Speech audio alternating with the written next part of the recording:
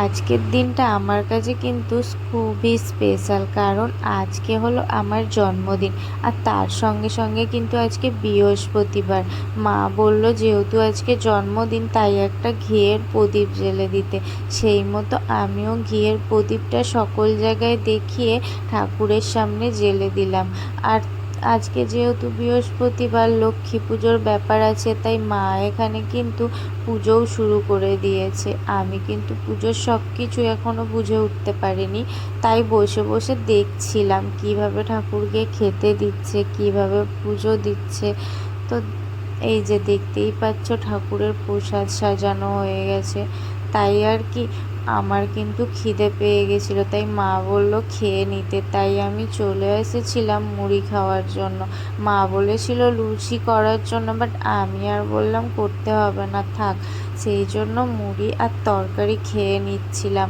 আর ওইদিকে কিন্তু পুজোও কমপ্লিট হয়ে গেছে, মা গেছে মুড়ি খেতে আর আমি এদিকে দেখতে এলাম। আর রোদ বেরিয়েছিল, ছোলাগুলো এমনিই দিয়ে গেছিলাম, তাই একটা থালা এনে দিয়ে দিলাম।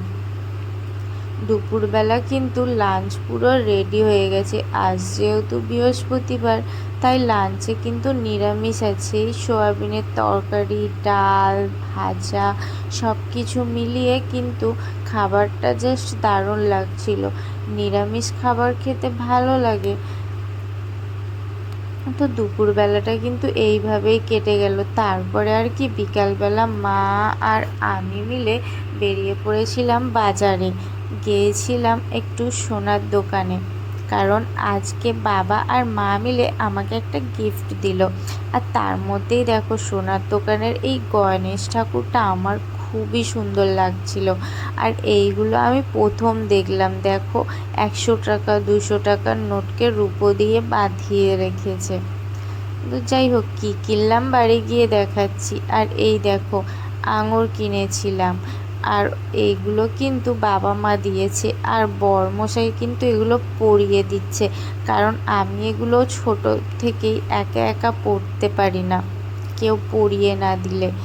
সন্ধে তো হয়ে গেছিল, আর এখানে কিন্তু পায়েস বসিয়ে দিয়েছিল মা। যেহেতু আজকে নিরামিষ, সেরকম কিছু তো খাবার করতে পারেনি, তাই সন্ধেবেলা পায়েস করছিল।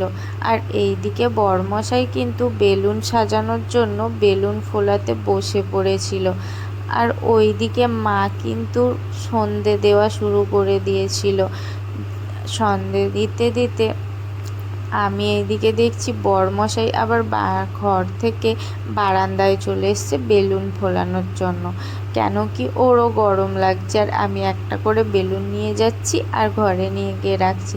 তারপরে ও কেকটা খুলছিল সবাইকে দেখানোর জন্য। তোমরা কিন্তু জানিও কেকটা কীরকম হয়েছে। আর বরমশাই এইদিকে সব বেলুনগুলো ফুলিয়ে ঘর সাজাতে শুরু করে দিয়েছে। আর জিজ্ঞাসা করছে কীরকম লাগছে বলো। আমি বলছি ভালোই লাগছে। মাও বলল ভালোই লাগছে ঘর সাজানোটা। তো ঘর সাজানো কিন্তু কমপ্লিট হয়ে গেছে। আর দেখো, এই দিকে কিন্তু আমিও রেডি হয়ে চলে এসেছি। মা এই শাড়িটা দিল, এটা কিন্তু মায়ের শাড়ি। আর শাড়িটা পরে কিন্তু কেমন লাগছে তোমরা কিন্তু জানিও।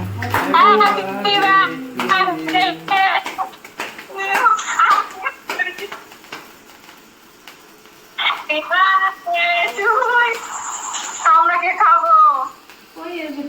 ছবি দেখা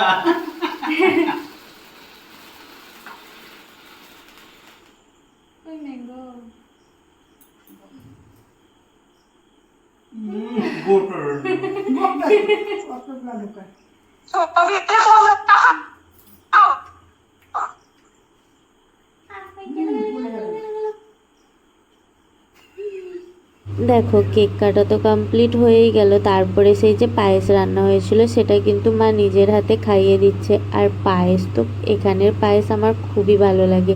তো তারপরে বরকে একটু কেক খাইয়ে দিলাম। সবাইকে তো কেক খাইয়েছিলাম, তাই বললাম ও মাকেও একটু খাইয়ে দিই। তারপরে আর কি, ফোনটা আমি রেখে দিয়েছিলাম, দিয়ে মা এখানে কেকগুলো কাটছে আর সবাইকে দেওয়ার জন্য। আমি কিন্তু এখানে কেক খেতে খেতে বলছি, পেটা ঠাকুরের মতো কিন্তু টেবিলের এক কোণে পড়েই রইলো, কেউ আর দিল না। তাই আমি কিন্তু মাকে একটু দিয়ে দিলাম, আর মা তো চলে গেল সরে। তারপরে বুড়াকে বলছিলাম, বুড়া কিন্তু ঘর থেকে বেরিয়ে এসে আমার হাত থেকে নিয়ে আমাকেই পুরো ভর্তি করে দিল। আর মা বলছে পুরো চুলটা ওর নষ্ট করে দিলি, তাও ও শোনেনি। আর এদিকে যে ফোনটা লাগানো ছিল ও বুঝতেই পারেনি। তারপরে ফোনটাকে নিয়ে ও কিন্তু ভিডিও করার জন্য আরও কিন্তু স্প্রে করে পুরো ভর্তি করে দিল। তো সারা দিনটা আমার কিন্তু এইভাবেই মজা করে কেটে গেল।